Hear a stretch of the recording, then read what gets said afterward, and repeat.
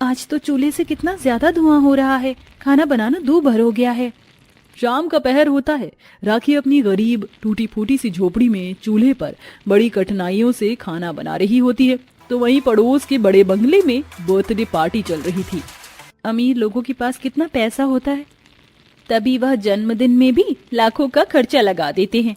और एक मैं गरीब हूँ, पता नहीं कैसी किस्मत लेकर पैदा हुई हूँ। आज मेरा जन्मदिन है, काश कि मैं भी केक काटती, नए नए कपड़े पहनती और जन्मदिन मनाती। ये कहते हुए राखी की आंखों में आंसू छलक आते हैं। तभी दरवाजे से हाथों में केक लिए अंदर आकर सुंदर कहता है, जन्मदिन की ढेर सारी बधाई हो मेरी प्यारी बहन। ये देख, तेरा गरीब भाई तेरे लिए केक लाया है। भैया, ये फालतू खर्चा करने की क्या जरूरत है? तो क्या अपनी इकलौती बहन की इच्छा को अधूरा रहने देता? चल जल्दी से केक काट। राखी केक काट कर सुंदर को खिलाती है।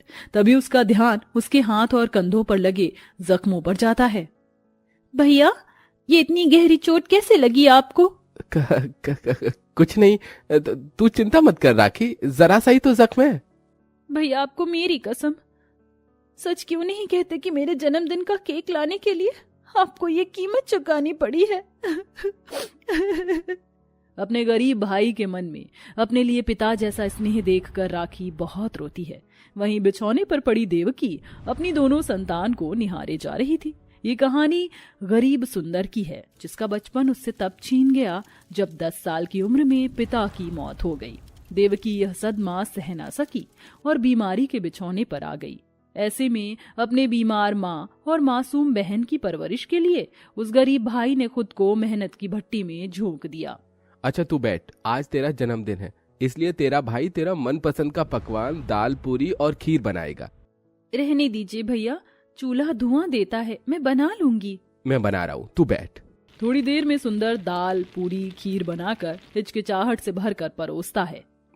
माफ करना राखी, पूरी जरा जल गई है, तू ये खा ले, ये जली हुई मैं खा लूंगा। नहीं भैया, मैं यही खाऊंगी। राखी अपने गरीब भाई का बनाया खीर पूरी खुशी के मन से खाती है। यूं ही दिन गुजरते हैं। सुंदर दिन भर खेती बाड़ी करता था। उसे हमेशा अपनी बहन की चिंता सताती रहती थी। थोड़े दिन बाद उनके पड़ोस में एक अमीर परिवार रहने आता है। राखी, चाय बन गई? हे भगवान, घर में तो चीनी भी नहीं है। राखी, अभी के लिए पड़ोस के घर से मांग ला, फिर उन्हें दे देना। राखी बंगले में आती है, जहाँ अमीर अकड़ू अंजना बहू पत्रलेखा और बेटी निभा के साथ बैठी थी। उसके फटे पुराने कपड़े देखकर पत्रलेखा घमंड से बोलती है, ए लड़की, कौन है तू? जी नमस्ते, मैं पड़ोस में रहती हूँ, थोड़ी चीनी मिलेगी? हाँ, लाती हूँ। पत्रलेखा चीनी की पूरी बरनी लाकर देते हुए बोली, ये ले और दफा हो जा। पर मुझे थोड़ी ही चीनी चाहिए थी। ज्यादा नाटकबाजी मत दिखा, तुम जैसे गरीबों की नीयत मैं अच्छे से जानती हूँ। जहाँ अमीर और पैसे वाले पड़ोसी देखते हो, कटोरी लेकर भीख मांगने पहुंच जाते हो। इतने अपमान के बाद राखी बिन कुछ कहे लौट आती है। वहीं एक दिन जब वह बाजार से घर आ रही होती है, तभी सड़क से आती गाड़ी से उसे चोट लग जाती है। माँ, मेरा पैर। तभी सूट बूट पहने हुए गाड़ी में से अनमोल उतरकर बोलता है, जी आप ठीक तो हैं? आई एम रियली सॉरी, मेरी वजह से आपको लग गई। चलिए मैं आपको डॉक्टर के पास ले चलता हूँ।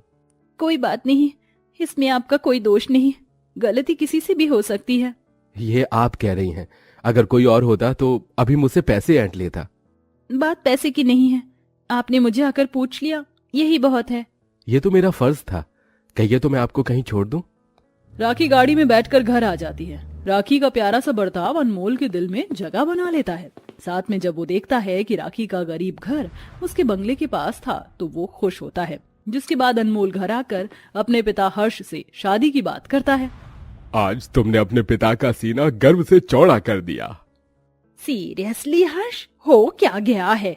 अरे उस गरीब सुंदर की औकात ही क्या है हमारे सामने? हाँ, वही तो मॉमसी, आई कांट बिलीव दिस। देवर जी की पसंद ऐसी होगी? बट अंजना जी, इसमें हर्ज ही क्या है? अनमोल अगर एक गरीब की बहन का हाथ थामकर उसे खुशियां देना चाहता है। दैट इज राइट मम्मी, मैं भैया के साथ हूँ। अनमोल की जिद के आगे झुककर घमंडी अंजना मान जाती है। तो वहीं बहन की खुशी देखकर सुंदर राखी की शादी कर देता है। विदाई की घड़ी भी आ जाती है। भैया। अरे रो मत पगली, तू तो बड़ी भाग्यों वाली है जो तुझे इतना अच्छा ससुराल मिला है। जा और अपना घर बसा। अरे इतने भी क्या आंसू बहा रही हो देवरानी जी? कल तो हम सब आ ही रहे हैं पग फेरे में तुम्हारे घर खातिरदारी कराने। निश्चिंत रहिए पत्रलेखा जी, ये गरीब भाई अपनी बहन के ससुराल वालों के आदर भाव में कोई कमी नहीं करेगा। राखी अपने गरीब भाई का घर छोड़कर अमीर घराने की बहू बन जाती है, मगर दूसरी तरफ उसकी सास और जेठानी अलग ही षड्यंत्र रच रही थीं। राखी अपने मन में ढेरों अरमान संजोए ससुराल आ जाती है, जहां सास अंजना उसका अपमान भरा स्वागत करती हैं। ये लो बहू रानी, मिठाई खाओ। कैसी है मिठाई? जी अच्छी है माँ जी। सिर्फ अच्छी या बहुत अच्छी? ऐसी महंगी मिठाई तो तुमने अपने गरीब भाई के घर में कभी नहीं खाई होगी। शुद्ध देसी घी की बनी है। वैसे मानना पड़ेगा देवरानी जी, क्या लंबा हाथ मारा है तुमने। सीधे झोपड़ी से शीश महल के ससुराल में आ गई।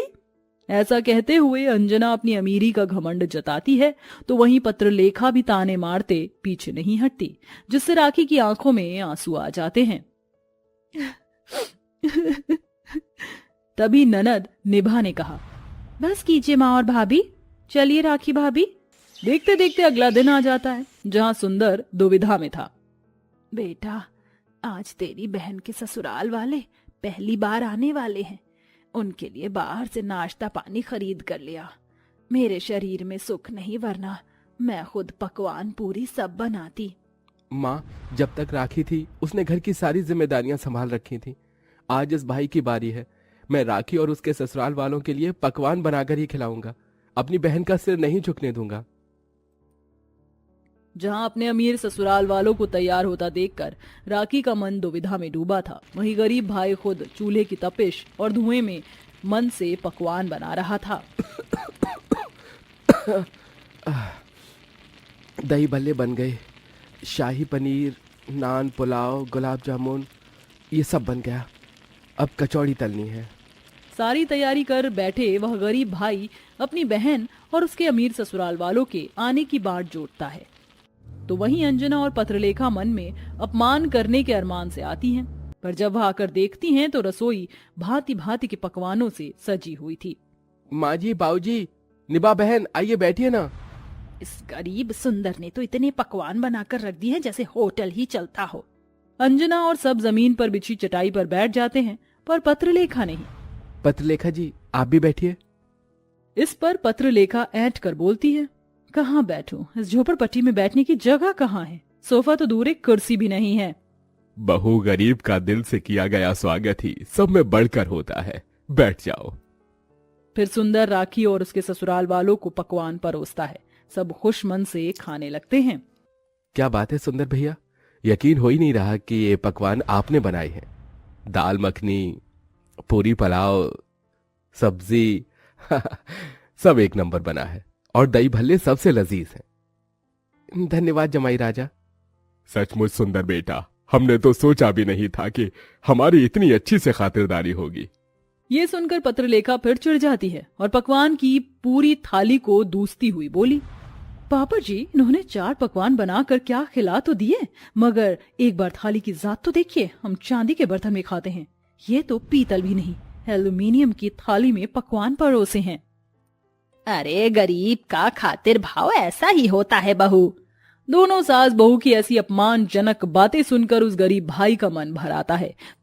तो वहीं राखी की आंखों में से भी झरझर आंसू गिरने लगते हैं, जिसे देखकर निभा कहती है, माँ, भाभी के भैया ने दिल से खातिरदारी की है, मगर आप दोनों ने अपनी अमीरी का दिखावा करने में कोई कसर नहीं छोड़ी।